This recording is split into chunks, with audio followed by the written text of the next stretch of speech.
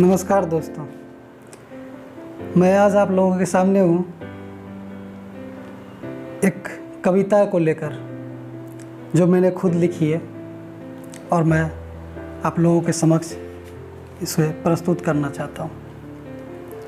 ये कविता बेसिकली चुनाव पर मैंने लिखा है कि कैसे चुनाव में वादे होते हैं और फिर वादे भुला दिए जाते हैं, नेता बनते हैं और फिर अपने सारे वादे वो जितने भी किए रहते हैं एजेंडा में सब खत्म हो जाता है। तो चलिए मित्रों शुरू करते हैं।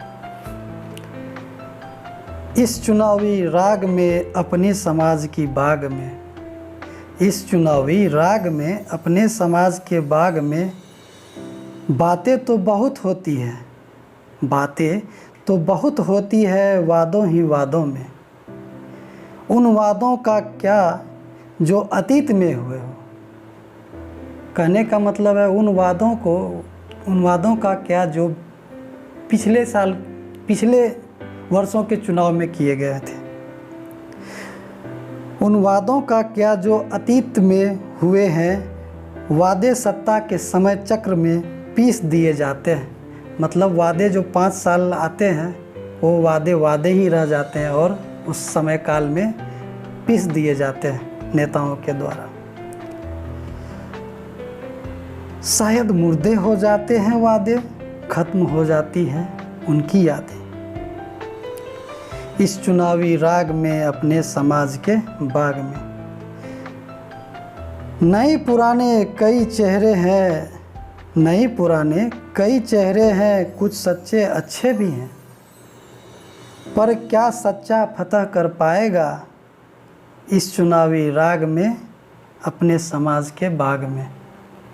मतलब कहने का है कुछ ईमानदार व्यक्ति भी चुनाव लड़ते हैं लेकिन क्या वो जीत पाते हैं? 90% केस में नहीं जीत पाते। आगे है, सब अपनी तकदीर आजमाते हैं, सब अपने वादे कर जाते हैं।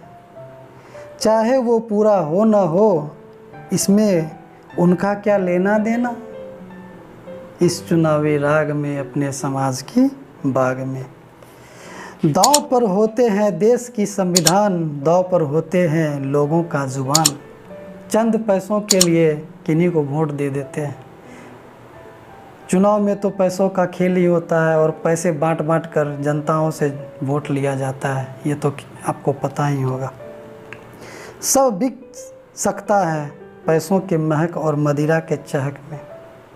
इस चुनावी राग में अपने समाज के बाग में इस सब में जीत गए तो बेदागी, वरना सब दागी होते हैं। यदि आप नेता बन गए, चुनाव जीत कर आ गए तो आपके ऊपर एक लाखों दाग हो लेकिन आप बेदागी हो जाते हैं। कईयों के तो जब्त जमानत हो जाते हैं।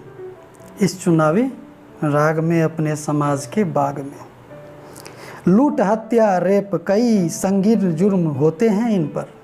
लूट हत्या रेप कई संगीन जुर्म होते हैं इन पर, फिर भी ये हमारे नेता कहलाते हैं। फिर अगली बात होगी अगली चुनावी राग में, अगले ही समाज के बाग में। धन्यवाद।